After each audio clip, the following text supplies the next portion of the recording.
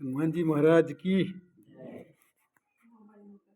કિષ્કિંધા કોંડમની અંદર આપણે જોયું હતું કે એની અંદર હનુમાનજી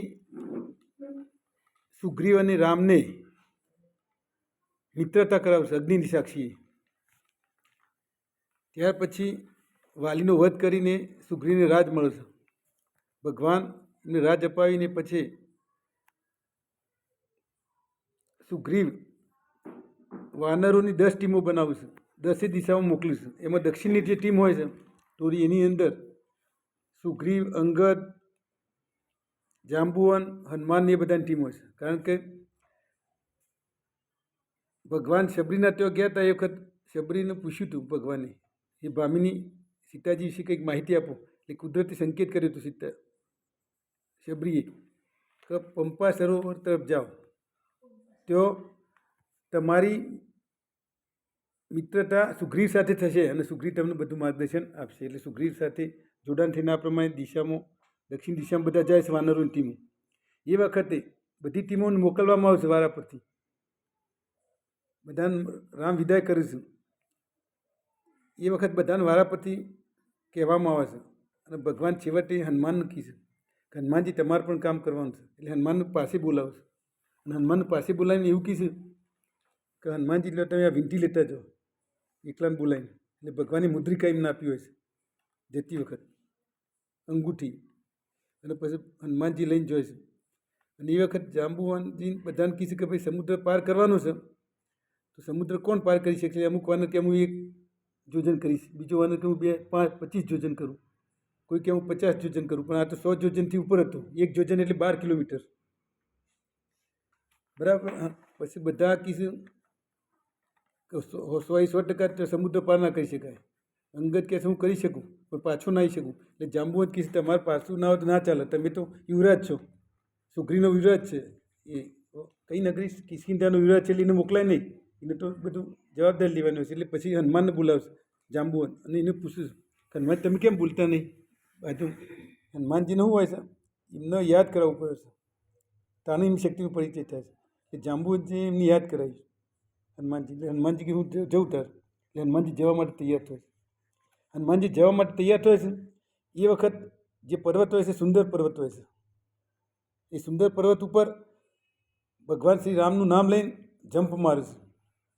ભગવાન શ્રી રામનું નામ લઈને જમ્પ મારે છે ને એ વખતે એ સુંદર પર્વત છે ને એકદમ નીચે જાય છે અને એટલા સ્ફૂર્તિ ઉપર જાય છે.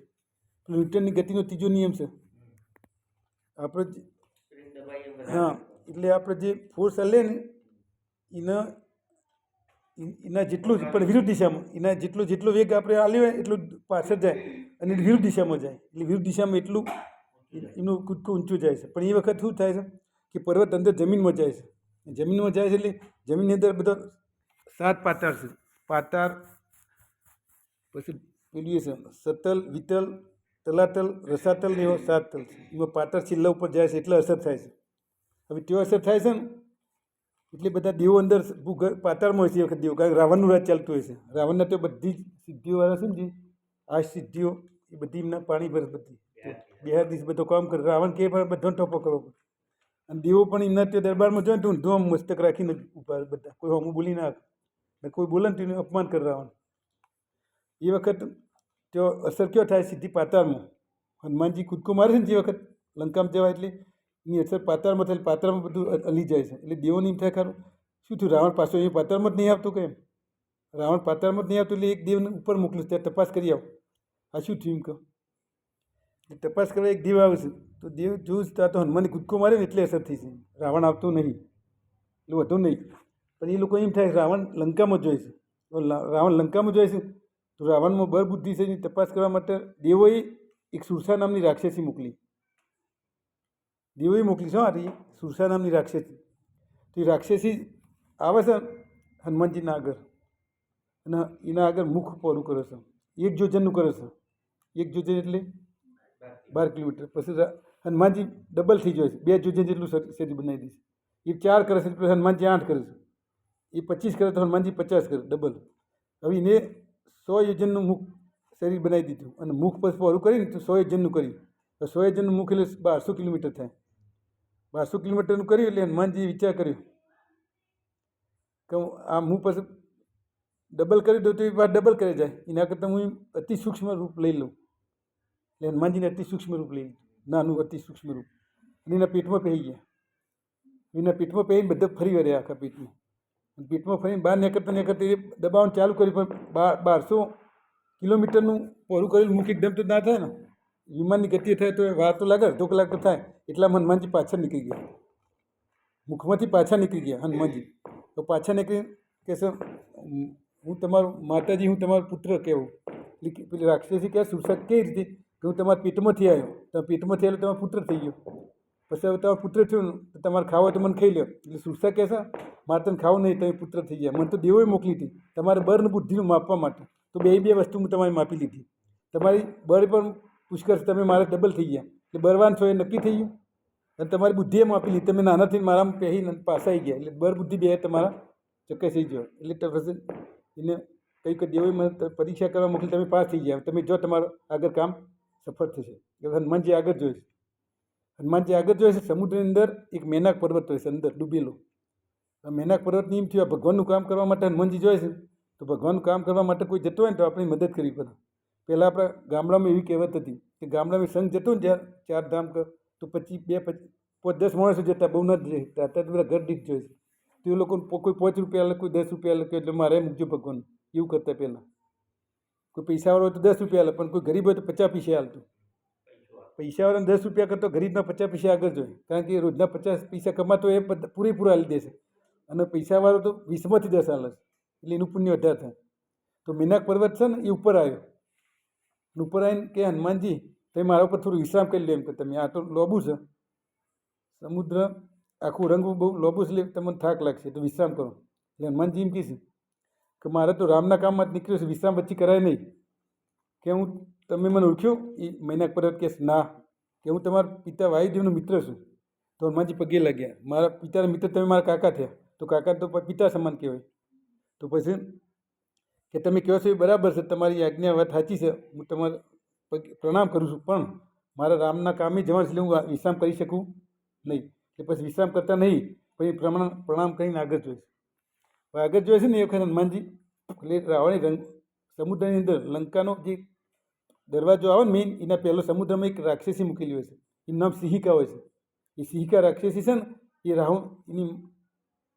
એ રાહુની માતા હોય છે. રાહુ નહીં આપણું, રાહુ એની માતા એ સિંહિકા છે. એ સિંહિકા શું કરે છે, તો થઈને કોઈ પણ પક્ષી ઉપર થઈને જતું હોય ને તો પરસાયો સમુદ્રમાં પડે ને પકડી પાડે છે. પરસાયો પકડી પાડે, અને પરસાયો પકડે એટલે પેલું પક્ષી જે કોઈ પણ હોય ઉડી ના શકે, એ નીચે જ આવે, ખેંચી લાવીને એ રીતે ભક્ષણ કરતી, ખોરાક એ રીતે લીધી. તો હનુમાનજી ત્યાંથી નીકળ્યા ને હનુમાનજીનો પડછાયો પડ્યો ત્યાં.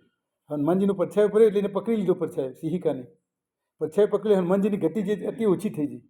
ગતિ ઓછી રહી, હનુમાનજી કે મને કોઈ પકડ્યું છે, એટલે એને નીચે જોઈ તો નીચે એક રાક્ષસી પકડ્યું. એટલે હનુમાનજીનું જે વજન હતું શરીર એવું એકદમ હલકું કરી દીધું. એકદમ હલકું કરી એટલે સરળતાથી ખેંચી ગયા હનુમાનજી ખેંચી જાય નીચે. સિંહિકાના પહાણા પણ એમને પાછળ બે હાથ પાછળ રાખ્યા હતા, મુઠ્ઠી વાળી પાછળ રાખ્યા હતા. એને જોડીને મુઠ્ઠી ખોલીને માથામાં જ મારી હનુમાનજીને. એ સિંહિકા મરી ગઈ ત્યાં. એટલે એ સિંહિકા રાક્ષસી આખી મરી જાય છે. પછી આગળ જાય છે હનુમાનજી. આગળ જાય ને તો લંકાનો પ્રવેશદ્વાર આવ્યો.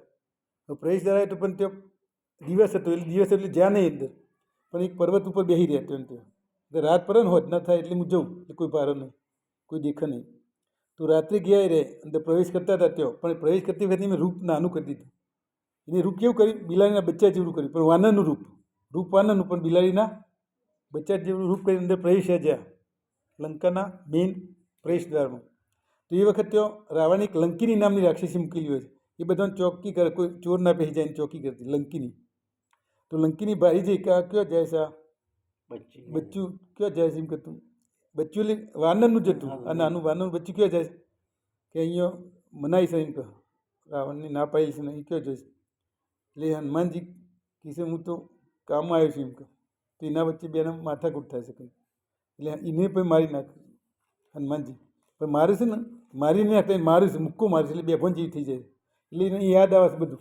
એને કઈ વસ્તુ યાદ આવે છે લંકીને, કે જ્યારે બ્રહ્માએ રાવણને વરદાન આપ્યું હોય છે, આ બધું બ્રહ્માને વરદાન આપ્યું ત્યારે રાજા બન્યો રાવણ.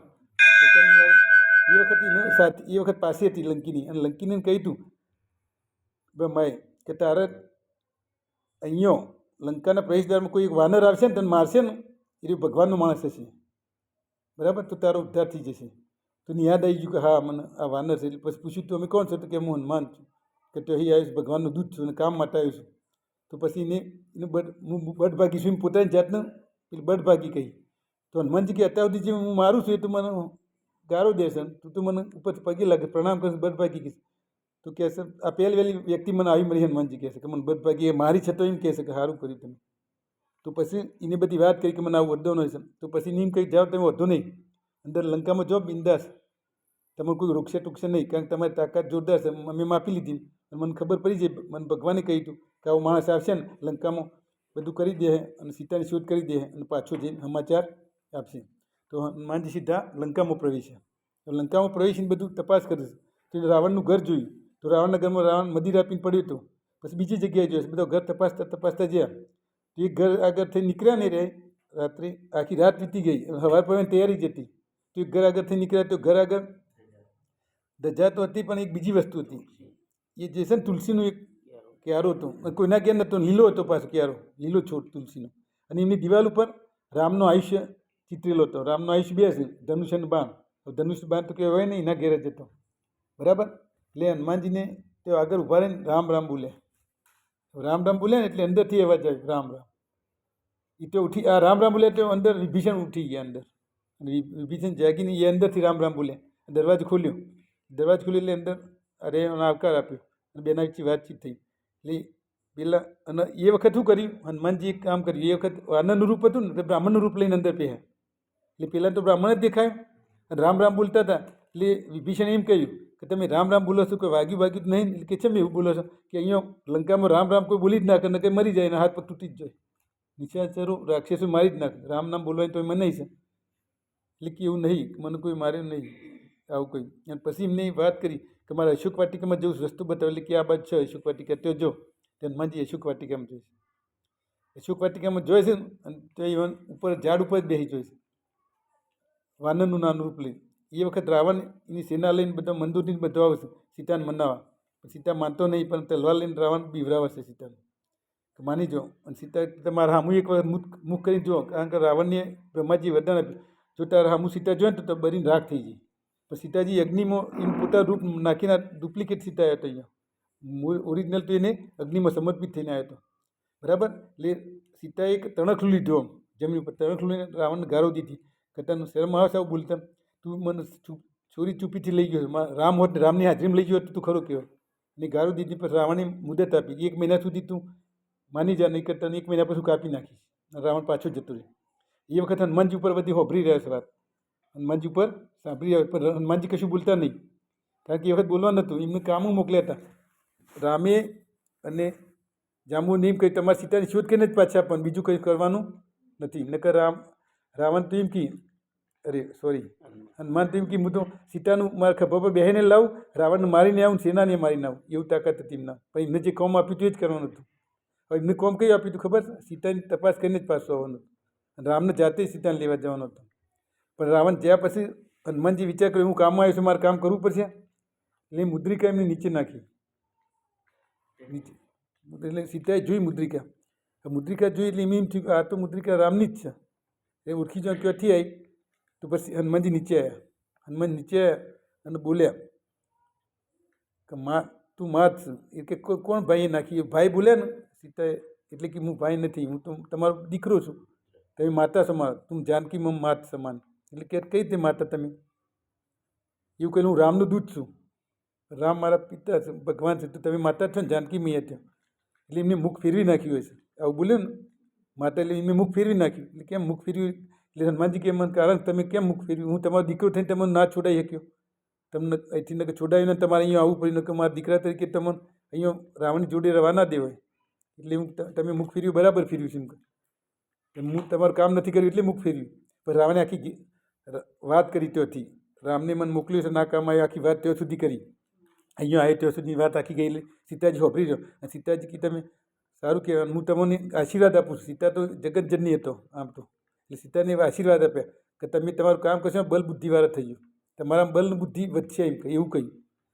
હનુમાનજી તો કહેતા હતા હું તો ખાલી વાનર છું એમ કહે, મારામાં બળ બુદ્ધિ કશું નહીં, હું તો એક ઝાડથી બીજા ઝાડ ઉપર કૂદકા જ મારું છું. ખાવાનો મરચો બુદ્ધિ, અમે ચંચળ બુદ્ધિવાળા, વાનરને બુદ્ધિ ના હોય, એને ખાવા પીવાનું હોય.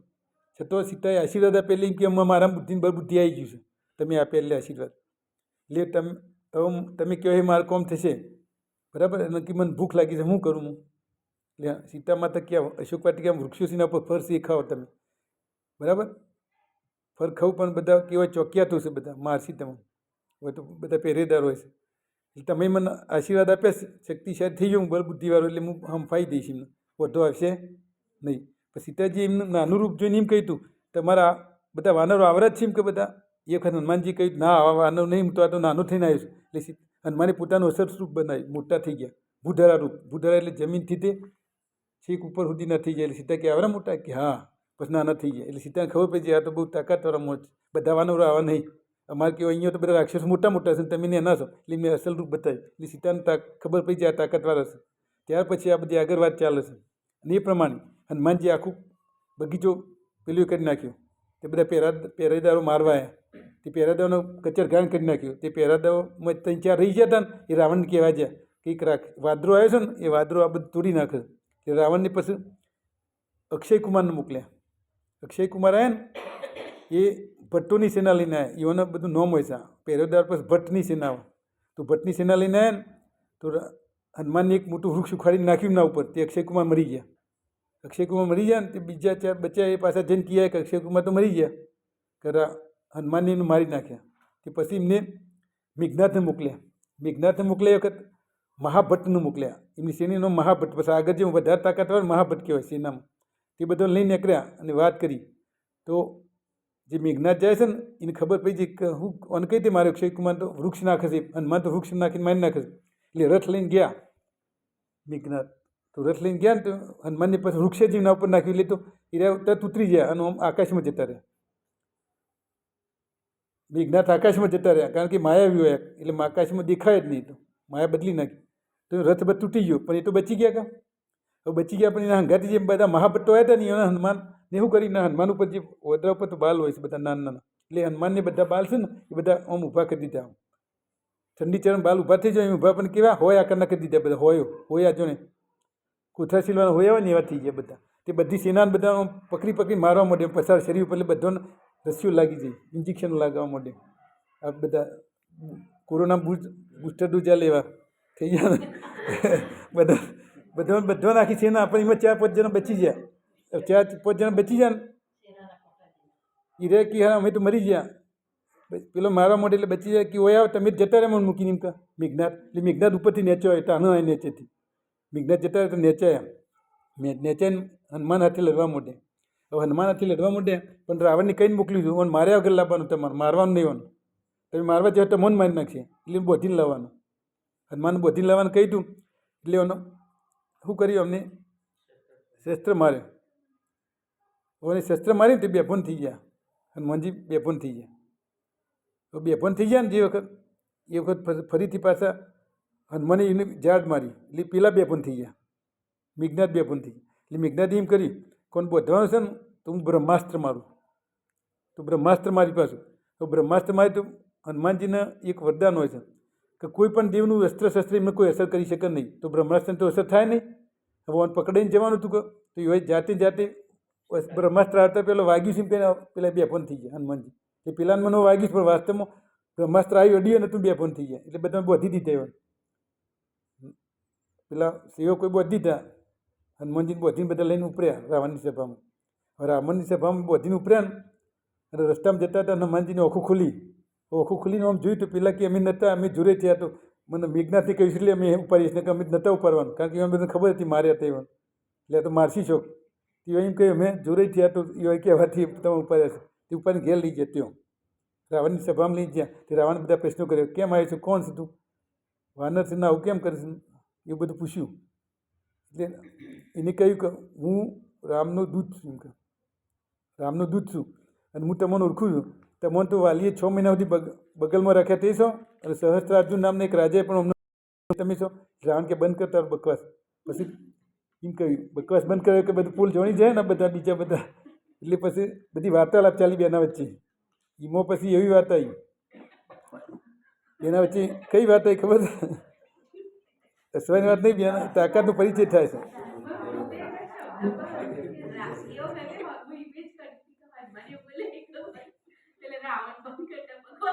કારણ કે એને પોલ બહાર પડે કે તને મારેલ વાલી 6 મહિના મારી, પછી સહસ્ત્રાર્જુને પણ મારેલા છે.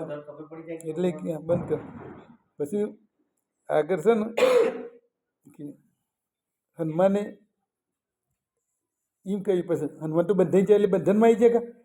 એટલે એને યાદ આવ્યું હનુમાન શૂર્પણખાને રામનું દૂધ પણ પેલા રામના ભાઈએ લક્ષ્મણે શૂર્પણખાનો નાક કાન કાપી નાખ્યો હતો. એટલે મને આમાં નિયમ છે કે કોઈ પણ હોય ને એને મારી નાખવાનું કહેતા હતા. રાવણ કે હારો મારી નાખવા હાથમાં આવ્યો છે ને. એટલે વિભીષણ સભામાં આવ્યા હતા. વિભીષણ કે કોઈ દૂત આવે તો મરાય નહીં, કોઈ મંત્રણા કરવા દૂત મોકલીએ ને, દૂતને કોઈ દાડો મરાય. દૂત તો વાત વાપરીને સમાચાર આલે, તો મારી નાખો સમાચાર કઈ રીતે કહે? એટલે વિભીષણને કહ્યું મરાય નહીં, પણ કોઈક સજા કરી, પણ નાની સજા. એટલે એને એમ કે એમને એમ થયું, ના એમને એમ થયું કે કદાચ મારું નાક કાન કાપી લે તો મારે પેલું એ થાય. પછી એ તો બધા આપણું છે નાક કાન, કારણ શૂર્પણખાનો કાપ્યો હતો ને એટલે મારો કાપ હતો. એટલે હનુમાનજી ખબર પડી, એને યાદ કરો સરસ્વતીને. હનુમાનજી કોને યાદ કરે? સરસ્વતીને યાદ કરીને પૂંછડું અમુક કરવા માંડે હનુમાન જાતિ. હું પૂછું એટલે રાવણ જેવા પૂંછડા છે, હું કરે પૂંછડું વધારે પ્રિય છે. પૂંછડાની સજા કરવાની વાત આવશે. પૂંછડાની વધારે અડવા માંડે એમ કે તો પૂંછડા અડીએ તો એમ કે પૂંછડા કોઈ કરતું હતું નહીં, પણ પૂંછડાને એવું કરવાનું સરસ્વતીને યાદ કરે. પૂંછડું કાપવું ના એવું કર્યું તો ઇવન રાવણ એમ કહે કે પૂંછડાને બધી હળગાવન કરવાનું, પૂંછડું હળગાવન કરો. એટલે આખા ગામમાંથી, આખા નગરમાંથી લોકો પાસેથી તેલ, ગોદરોની બધું વસ્તુ, કપડાં બધું મંગાવી બધવાની વાત કરી. એમાં કેટલાક મારા કે ગોદરું લઈ જજો, કોઈ કે પછીડી લઈ જજો, કે મારે તેલ લઈ જજો. એમ બધા 50 માણસે દાન કર્યું, કાપડ આપીને એવું બધું. અને બધું બધ્યું. અને હનુમાનજી પાસે કૂદીશું, આમ કૂદીને આખા નગરમાં ફરીશું.